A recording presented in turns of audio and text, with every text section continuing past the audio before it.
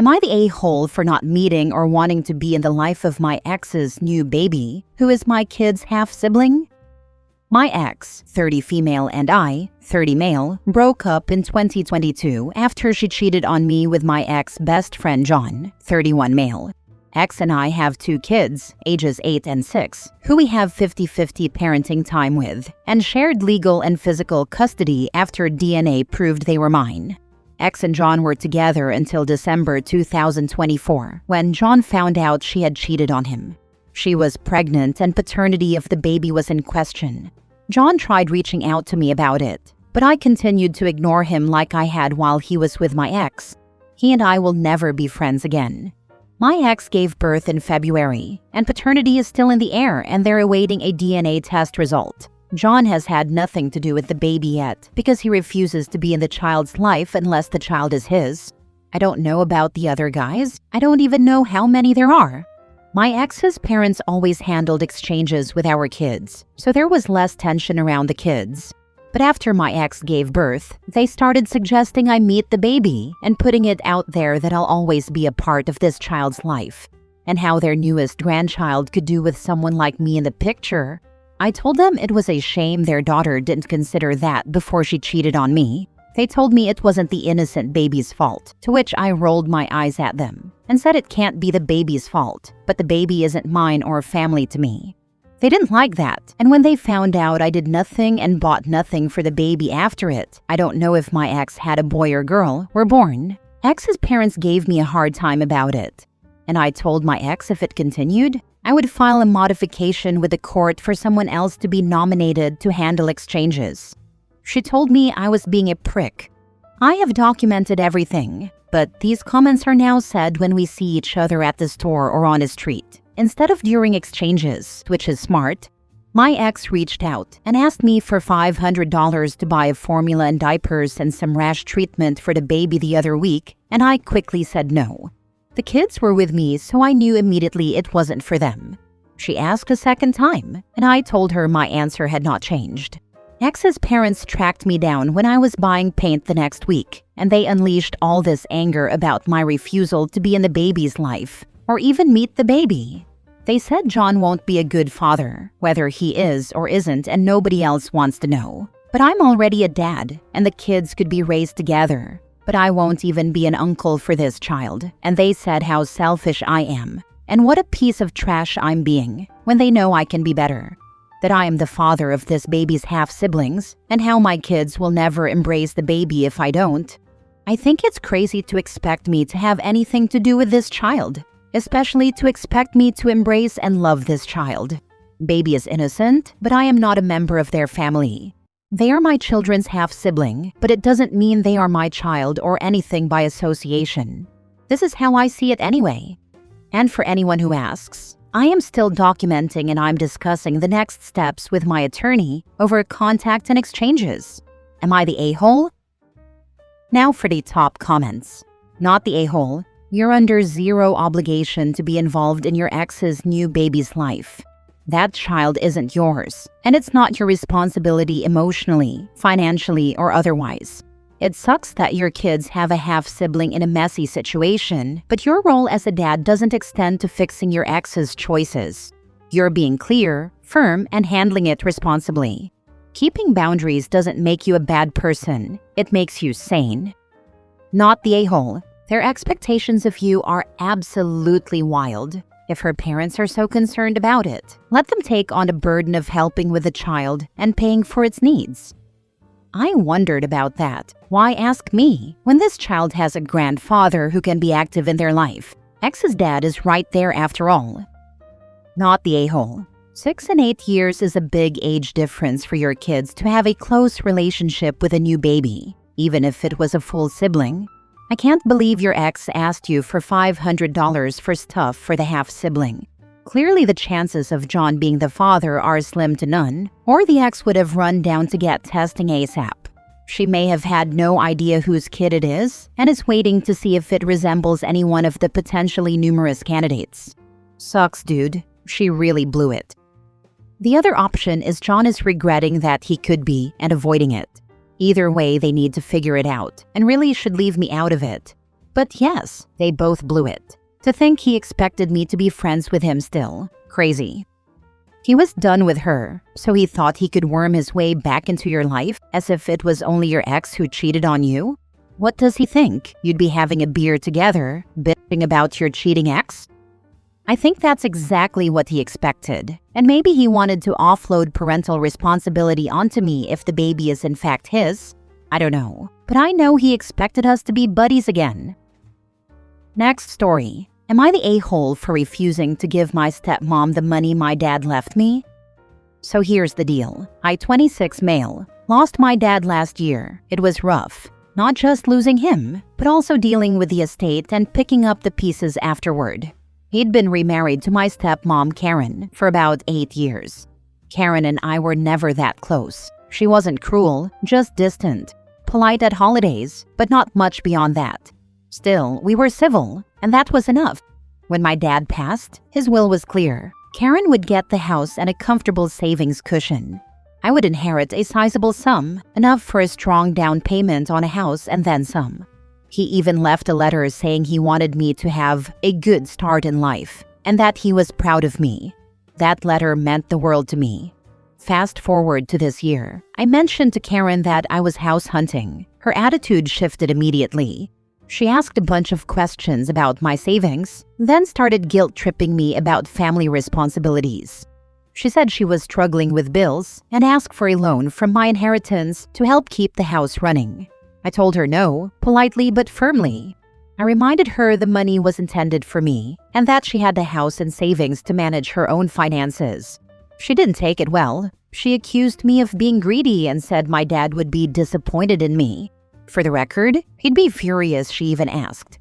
Since then, it's turned into full-on family drama. Some relatives, mostly on Karen's side, say I'm selfish, while others, including my uncle and a few of Dad's friends, say I'm honoring exactly what Dad wanted. And here's the thing, Karen isn't broke. She's still living comfortably, taking weekend trips, dining out. She's not struggling to survive. She just doesn't want to adjust her lifestyle now that my dad's not there to fund it. Honestly, part of me feels a little guilty. But a bigger part of me knows my dad didn't leave me that money to bankroll someone else's lifestyle. He wanted me to build something for myself. So, Reddit, am I the a-hole for saying no? Don't give her a cent. She is being ridiculous.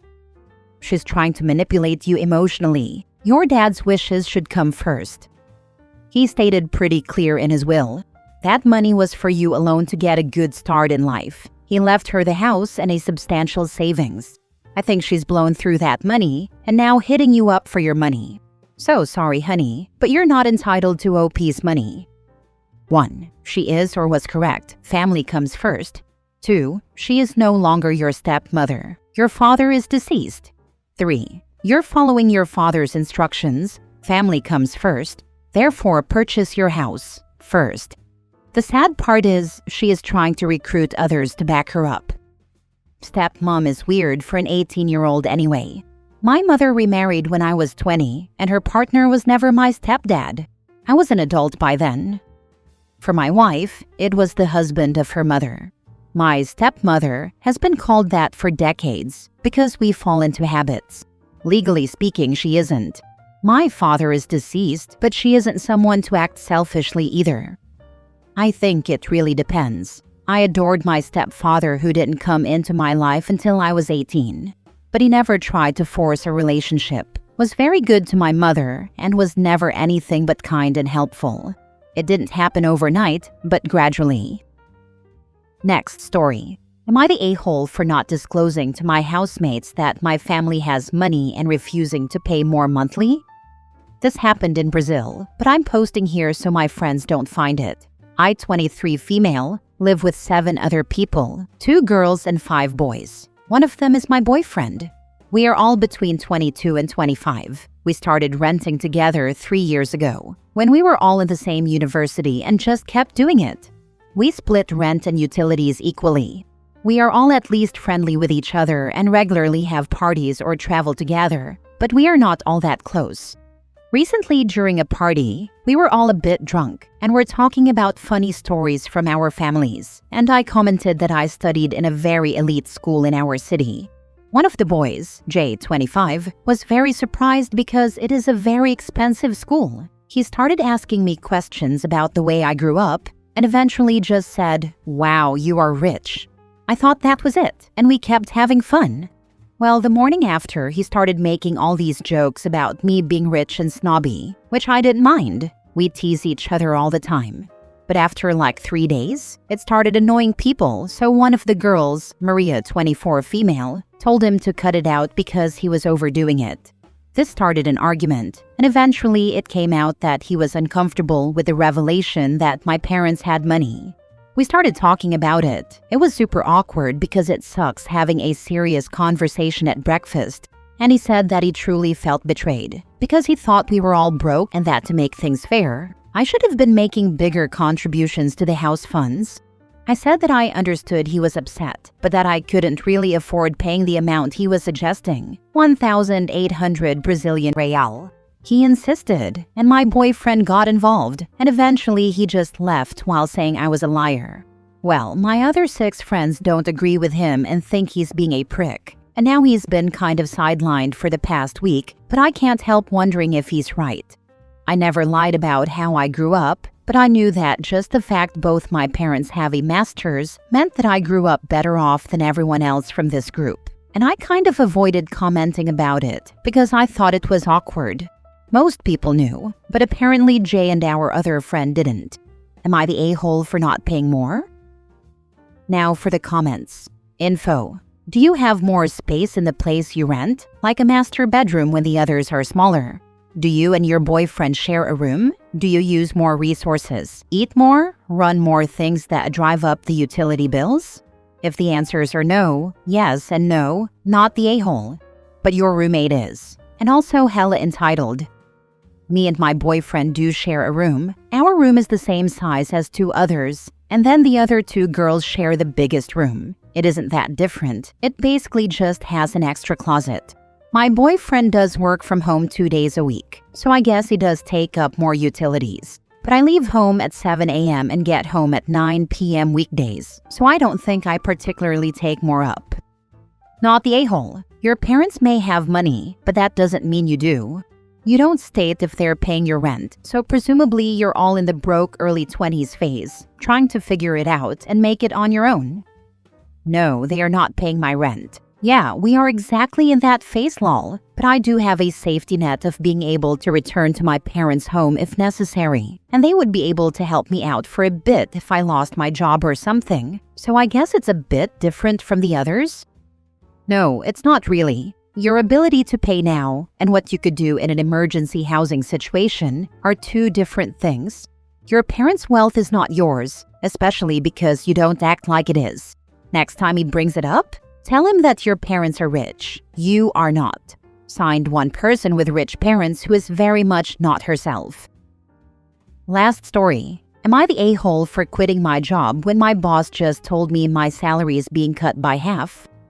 I run a small restaurant that has not been doing great over the last 2 years. I have tried my best to do everything within my power to boost sales and get new customers, but the ownership refuses to advertise or to use social media appropriately, make a TikTok, engage users, make events for specials.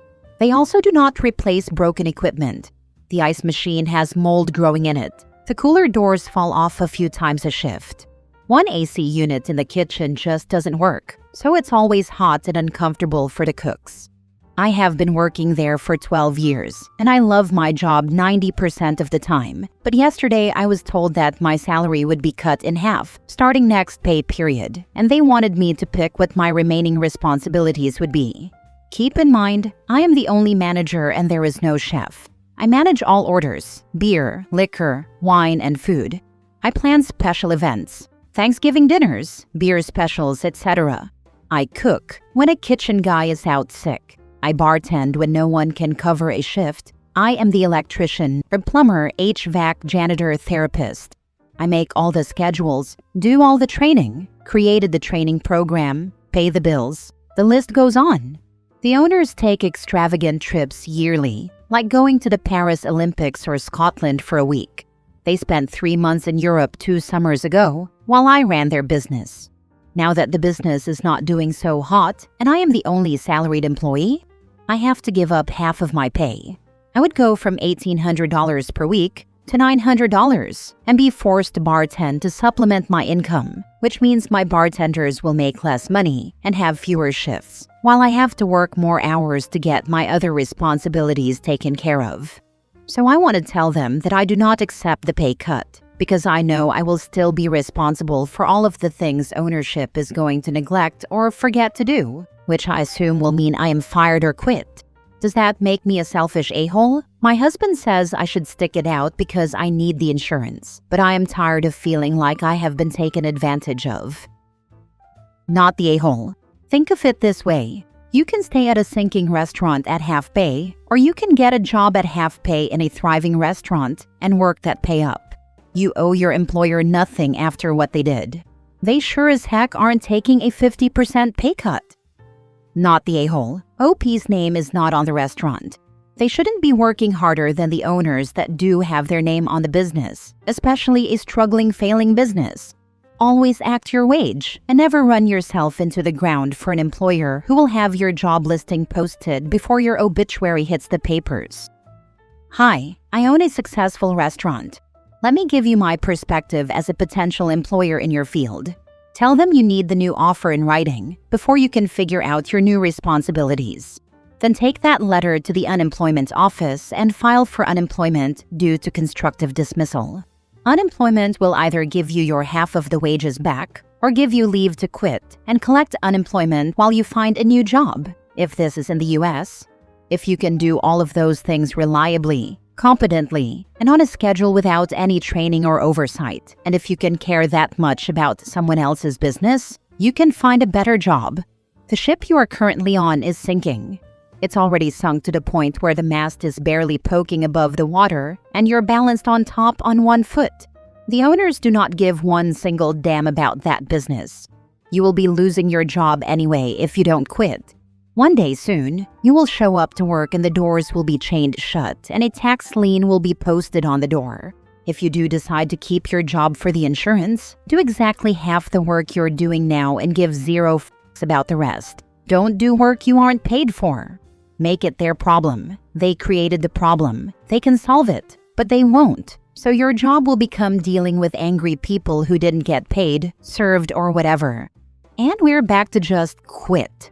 Please, for the love of justice and sanity, do not continue to keep this business running for $900 a week. They do not deserve that from you. Not the a-hole. To add to this, when you do quit or are constructively dismissed, and they call you back a month later begging you to come back to work, assuming they haven't just shut down, you ask for a 50% raise. They won't go for it, of course, but it's grounds to negotiate a pay raise, accommodating a job that would normally require the skills of an entire team.